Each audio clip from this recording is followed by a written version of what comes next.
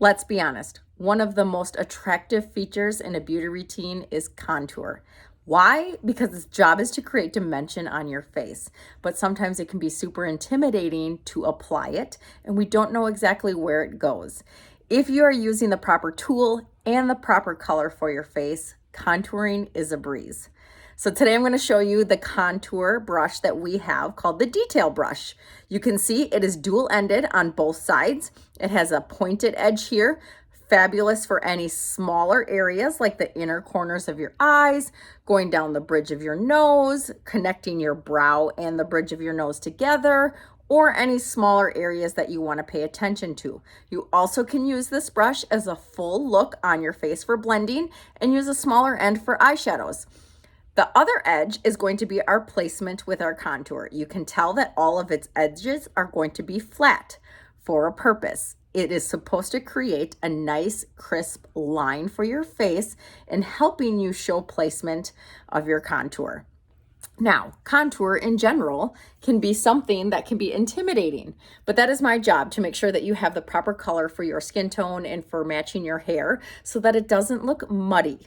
It is supposed to have a cooler tone to it, but we do have some that feature a little bit of a warmer tone if you have a more warm skin tone feature.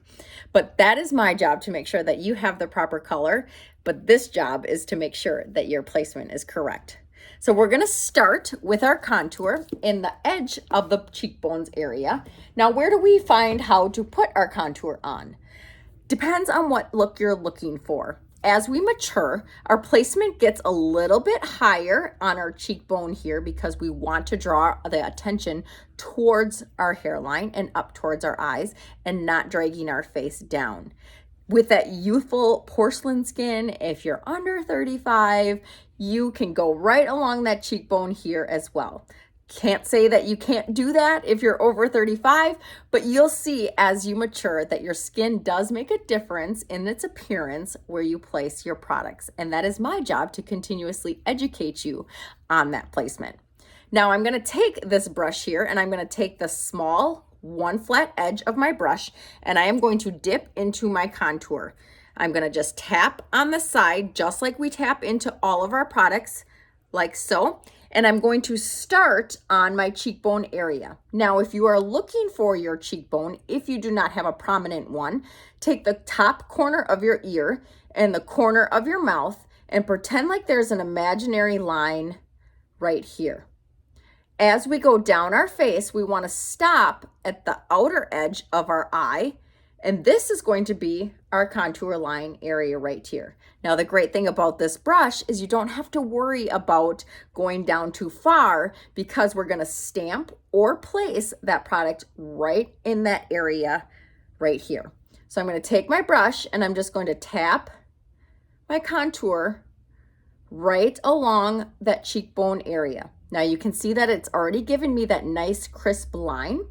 And the great thing is you can choose to blend right away or you can leave it to the very end and blend. Now, just depending on the look that you're going for, you're going to blend until you have the dimension that you're looking for. If you want a harsher, more dramatic contour line, you're going to blend very lightly. If you want a very light application, you're going to blend a little bit more. And when we blend, we want to make sure that we're pressing up against our cheekbone and towards our hairline. All right, so soften that edge till you have that desired look that you're going for. Now, talking on the hairline area, I like to create a little triangle on the top of my forehead. You can pick if you have a widow's peak in the middle here or wherever the center of your forehead is going to be. And at this time, I'm going to use the wedge edge of this brush and I'm going to stamp into my color and I'm going to stamp down the hairline of my face. Now you're going to notice as we mature, I'm going to skip this area right here. I'm going to keep that nice and light because with my mature skin, I don't want to add any darkness to my temple area to make it look any more sunk. Now on the other side, if you want to choose to blend right away, I'm going to tap into my contour here and I'm just going to start from my hairline and I'm going to brush down and blend right away. So either way, just depending on if you're looking for a very fast, quick look to blend right away, or if you're just taking your time, enjoying getting ready for the day, you can stamp on this side. Either way is your personal preference. We're going to finish off our other side by taking that edge again, and we're going to find that cheekbone here, and we're going to just stamp up towards our hairline, and you can see how nice and crisp that line it gives you.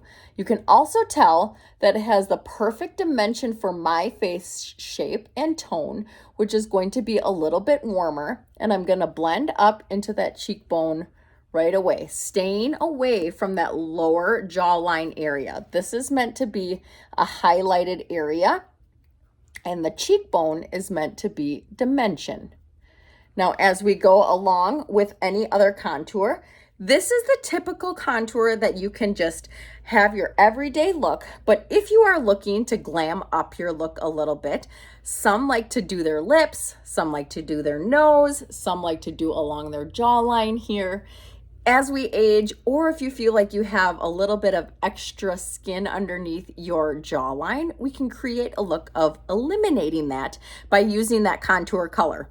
Again, taking that wedged edge of that brush, we're going to stamp into our contour color, and I'm going to go right along this jawline area right here, staying in the shadow with my contour brush, blending down into my neck just a little bit, like so. And then that's going to give us a shadowed look along our jawline, eliminating any look of a double chin or additional skin that you may not love. So we're going to do the exact same thing on this side here. Now, just depending on how much you want to eliminate, you can go all the way back to your hairline here, or you can just stay in the small area that you want to eliminate. Now, don't forget, if you add contour to your jawline, don't forget to blend it in. We don't ever want to walk out of our house having an extremely dark line underneath our chin because we put it in the shadows. So always make sure that you're finishing your look blending into your neck, getting rid of that darker line.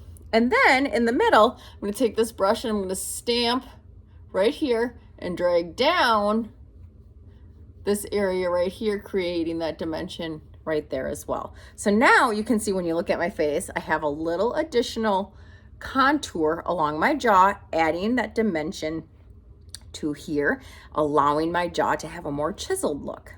Now, if you like to have that look of a narrowed nose, you can take that smaller edge of that brush again, and you can even make it smaller by pinching it and tap that side again, and you're just going to stamp on the top of your nose wherever you want to have that dimension. Okay, so mine didn't stamp very good, so we're going to go right here again one more time. There we go. So creating that look on the outer corners. Now, I like to save my nose contour for last because I like to be able to make sure that when I blend my full face, I really can create the dimension that I'm looking for without having it all blended together. So I always add additional at the end. So I always just save it for the end. Now you can see now that I have this stamped on each side here, it is a smaller area of my nose. So I don't want to necessarily blend with this brush, especially if I'm a beginner and wanting to learn how to have great placement. So I'm going to slip and I'm going to switch over to the smaller end of this brush,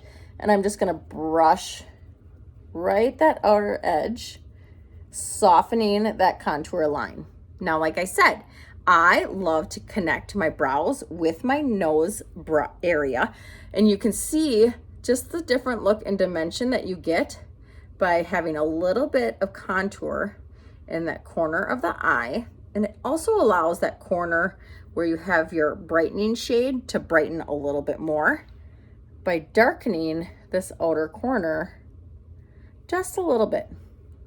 Also helps in the flow and the continuation of one look. So now that I have those along the edge of my nose, I personally like to cap off the very edge of my nose. I feel like I have a little bit of a waterfall nose. So when I do add a little bit of contour to that very edge right here, I feel like it helps break up that smaller edge of my nose and just gives it a little bit of more dimension. Now, If you watch TikTok, a lot of times they'll add contour to the bridge of the nose right in the middle right here. It really is a preference thing where you want to do it. So there's no right or wrong. So don't ever let anybody tell you that you're doing it wrong, because it really is a personal preference thing of where you want to contour and how much you want to contour.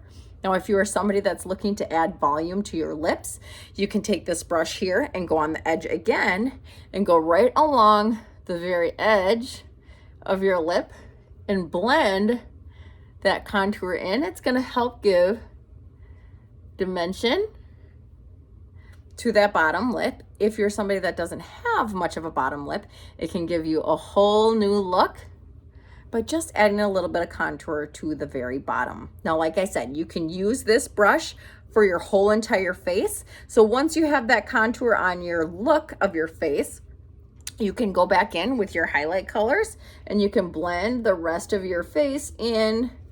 Or if you started with your contour, just fill in the gaps. That's one cool thing about starting with contour, is it maps out your face and helping to blend the rest of your makeup for placement, especially if you're just starting out.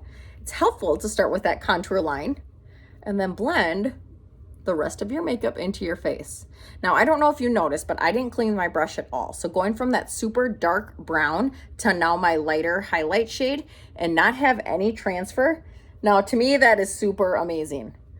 That is one feature that I absolutely love about our makeup, is when you put it on your face, it's gonna stay exactly where you put it. Now, if we're looking to finish up the rest of our look and brighten things up, I'm going to switch to that smaller edge here, and I'm going to take it into the detailed area of my eye and brighten up that inner corner just a little bit on each side. And also, now that we have our contour line down our nose, I want to brighten the bridge of my nose, and I'm just going to take that small edge and I'm going to go right down the middle of my nose and brighten it, and then just use this softer edge instead of the tip to just blend it in just a little bit and brighten in between my brows. And if you like to give your Cupid's bow a little bit of brightness here, if you don't have an upper lip, adding a brightness up here is going to help draw attention to that and make that lip pop a little bit. And then I always like to finish off just a little bit in my chin area and brighten that spot right here. So you can tell that you can use this brush however you want with applying your entire face. You also can use it just for contour and pair it with any of your other favorite brushes that you like to blend with.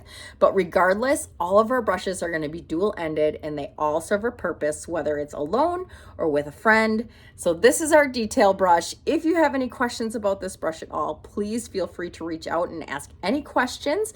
And if you do need a new color match because your colors are not sitting well on your face, please don't hesitate to reach out and fill out my jot form. Have a great rest of your day.